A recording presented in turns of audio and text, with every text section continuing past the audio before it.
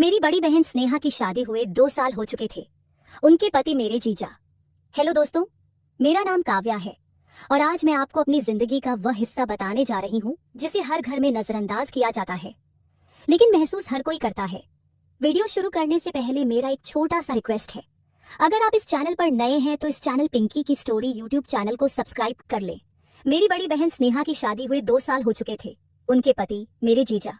घर में सब उन्हें बहुत सीधा मानते थे, कम बोलने वाले, अपनी सीमा में रहने वाले और हर बात को समझदारी से तोलने वाले इंसान। पर सच यह था कि सीधे लोग अक्सर सबसे ज्यादा चुप होते हैं और चुप्पी कभी कभी सबसे ज्यादा बोलती है। गर्मी बहुत थी, ऐसी गर्मी जिसमें रात भी दिन जैसी लगती है। एक रात अचानक बिजली चली गई, पंखे रुक गए, कमरे की हवा भारी हो गई। सब लोग नीचे वाले कमरे में चादर बिछाकर सोने लगे। माँ बोली, आज ऊपर मत जाना, बहुत मस्सी है। लेकिन जीजा बोले, मैं छत पर सो जाऊंगा, वहां हवा ठीक रहती है।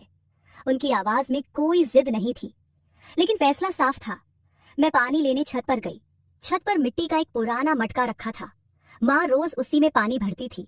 मैंने जैसे ही मटके का ढक्कन हटाया, पीछे से आवाज आई, संभल कर। मैंने पलट कर देखा, जीजा थे। उन्होंने मटके की तरफ देखा और बोले, आज मटका ज्यादा भरा हुआ है। मैं मुस्कुरा दी। कहा तो क्या हुआ जीजा, पानी ही तो है। वो थोड़ी देर खामोश रहे, फिर बोले, हर भरी हुई चीज गिरने पर सिर्फ फैलती नहीं, कुछ छोड़ भी जाती है। मैंने गिलास भरा, हाथ थोड़ा कांपा, 2 बूंदें छत पर गिर गई। जीजा ने नीचे देखा और बोले, देखा, थोड़ा सा भी काफी होता है। मैंने कहा, अगर छत साफ हो तो निशान ज्यादा देर नहीं रहते। उन्होंने कुछ नहीं कहा, बस छत के कोने में लेट गए। अगली सुबह सुबह मैं रसोई में चाय बना रही थी। दूध उबल रहा था, चाय की खुशबू पूरे घर में फैल रही थी। जीजा आकर दरवाजे के पास खड़े हो गए। चाय थोड़ी कड़क बनाना, उन्होंने कहा। मैंने पूछा, चीनी कितनी? वो बोले, कम। ज्यादा मिठास हर किसी को अच्छी नहीं लगती। मैं मुस्कुराई, कहा, पर कुछ लोग मिठास के बिना रह भी नहीं पाते। उन्होंने कप उठाया, एक घूंट लिया, फिर बोले, कभी कभी कड़वाहट ही असली स्वाद याद दिलाती है। मेरी उंगलियां कप से थोड़ी देर ज्यादा छोटी रहीं। हम दोनों चुप थे, लेकिन रसोई बहुत ज्यादा खामोश थी। दोपहर में मैं छत पर कपड़े फैला रही थी। हवा तेज थी, मेरा दुपट्टा हाथ से छूट गया। जीजा ने झट से पकड़ लिया, बोले, हवा पर भरोसा नहीं करना चाहिए। मैंने दुपट्टा लेते हुए कहा, अगर पकड़ने वाला मजबूत हो तो हवा भी नुकसान नहीं करती। उन्होंने दुपट्टा छोड़ते हुए कहा, कुछ चीजें पकड़ में आकर भी छोड़नी पड़ती हैं। मैंने उनकी तरफ देखा, उन्होंने नजरें हटा ली। नीचे से बहन की आवाज आई, काव्या कहाँ रह गई? मैंने छत की तरफ एक बार फिर देखा, मटका अब भी वहीं था, भरा हुआ, शांत। जीजा सीढ़ियां उतरते हुए बोले, हर मटका फूटने के लिए नहीं होता। दोस्तों, कुछ रिश्ते सीमा पार नहीं करते, बस सीमा के बहुत पास खड़े रहते हैं। और असली सवाल यही होता है कि वो कितनी देर खुद को संभाल पाते हैं। कुछ कहानियां पहले दिन नहीं बिगड़ती, वो धीरे धीरे अपनी जगह बनाती हैं। छत वाली रात के बाद घर वही था, लोग वही थे, पर हवा थोड़ी बदली हुई थी। ऐसा नहीं था कि कुछ खुलकर हुआ हो, असल में कुछ हुआ ही नहीं था। और शायद यही बात सबसे ज्यादा भारी लग रही थी। सुबह की चाय, दोपहर की धूप, शाम की सब्जी और रात की खामोशी, सब कुछ पहले जैसा ही था। बस फर्क इतना था कि अब हर चीज थोड़ी ज्यादा महसूस होने लगी थी। जीजा अब भी कम बोलते थे, लेकिन जब बोलते तो शब्द कहीं देर तक ठहर जाते। एक शाम हम सब ड्राइंग रूम में बैठे थे, टीवी चल रहा था, कोई सीरियल। बहन मेरे पास बैठी थी, जीजा थोड़ी दूरी पर।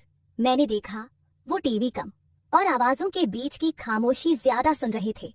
अचानक बोले, कभी कभी आवाज से ज्यादा खामोशी समझ में आती है। बहन ने हंसकर कहा, आप भी ना हर बात में ज्ञान दे देते हैं। वो मुस्कुरा दिए, पर जवाब नहीं दिया। रसोई का वक्त, रात को मैं रसोई में रोटियां बना रही थी, बहन सब्जी परोस रही थी, जीजा पानी लेने आए। छोटी सी जगह, 3 लोग और बहुत कम हवा। मैंने जैसे ही तवा पलटा, हाथ हल्का सा छू गया। कुछ सेकंड कोई आवाज नहीं, फिर जीजा बोले, संभल कर, तवा गर्म है। मैंने कहा, आदत है। उन्होंने धीमे से कहा, आदतें कभी कभी जला भी देती हैं। बहन ने कुछ नहीं सुना, या शायद सुनना नहीं चाहा। उस रात में नींद नहीं कर पाई, छत पर चली गई। मटका वहीं रखा था। मैंने ढक्कन हटाया, पानी अब भी ठंडा था। पीछे से आवाज आई, आज नीचे क्यों नहीं सोई? जीजा थे। मैंने कहा, नींद नहीं आ रही थी। वो बोले, छत पर अक्सर वही आते हैं जिन्हें नींद से ज्यादा सोचे परेशान करती हैं। मैंने कुछ नहीं कहा। हवा चल रही थी, पर छत की खामोशी और भारी हो रही थी। मैंने कहा, मटका हर दिन भरा जाता है, फिर भी कभी शिकायत नहीं करता। जीजा बोले, क्योंकि उसे पता है उसकी सीमा क्या है। मैंने पूछा, और अगर सीमा से ज्यादा भर दिया जाए? उन्होंने बिना देखे कहा, तो दोष मटके का नहीं भरने वाले का होता है। मैंने मटका बंद कर दिया। अगले दिन माँ ने कहा, तुम लोग इतनी देर तक छत पर क्या बात करते रहते हो? मैं चुप रही। जीजा बोले, बस मौसम की बातें। माँ ने एक पल के लिए हम दोनों को देखा, फिर बोली, घर छोटा है, आवाजें आसानी से दीवारों के पार चली जाती हैं। वो वाक्य दिन भर मेरे कानों में गूंजता रहा। दोपहर को मैं बहन के लिए ब्लाउज की सिलाई ठीक कर रही थी। धागा बार बार उलझ रहा था। जीजा पास आकर बोले, धागा जितना खींचो उतना उलझता है। दोस्तों, वीडियो अगर पसंद आ रहा है तो पिंकी की स्टोरी यूट्यूब चैनल को सब्सक्राइब करें। मैंने कहा, तो फिर सीधा कैसे करें? वो बोले, छोड़कर। मैंने धागा छोड़ दिया। शाम को बहन ने मुझसे पूछा, आजकल तुम चुप चुप सी क्यों रहती हो? मैंने कहा, बस ऐसे ही। उसने मेरे चेहरे को देखा, फिर बोली, कुछ बातें पूछी नहीं जाती, महसूस कर ली जाती है। उसकी आंखों में मासूमियत थी और थोड़ा सा डर। उस रात नींद फिर नहीं आई। मैंने छत से नीचे देखा, सब सो रहे थे। जीजा छत पर नहीं आए। पहली बार मटका अकेला था। मैंने महसूस किया, कुछ चीजें दूरी से और साफ दिखती हैं। दोस्तों, हर कहानी किसी मोड़ पर खुद से सवाल पूछती है, और जब दीवारों के भी कान होने लगे तो समझ लेना चाहिए, अब खामोशी भी सुरक्षित नहीं रही। हर कहानी एक दिन अपने सवाल का जवाब मांगती है। छत, रसोई, ड्राइंग रूम और दीवारों के बीच फैली हुई वह खामोशी अब मुझे भारी लगने लगी थी। ऐसा नहीं था कि कुछ टूटा हो, लेकिन कुछ दरख्त जरूर गया था, और दरारें अक्सर आवाज नहीं करती। सुबह जल्दी आंख खुल गई।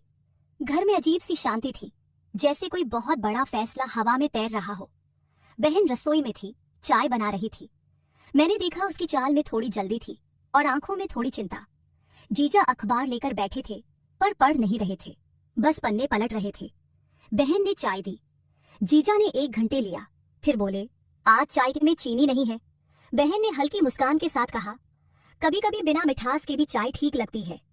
मैंने देखा, जीजा ने कुछ कहना चाहा, पर रुक गई। नाश्ते के बाद बहन मेरे कमरे में आई, दरवाजा बंद किया, कुछ सेकंड चुप रही, फिर बोली, काव्या, घर छोटा है पर बातें छुपती नहीं। मेरा दिल तेज धड़कने लगा। मैंने कहा, दीदी, उसने मेरा हाथ पकड़ा, कसकर नहीं, बस इतना कि मुझे महसूस हो जाए। कुछ सवाल पूछने के लिए नहीं होते, वो बोली, बस समझने के लिए होते हैं। उसकी आंखों में गुस्सा नहीं था, बस डर था। उस रात मैं छत पर गई, अकेले। मटका अब आधा भरा था।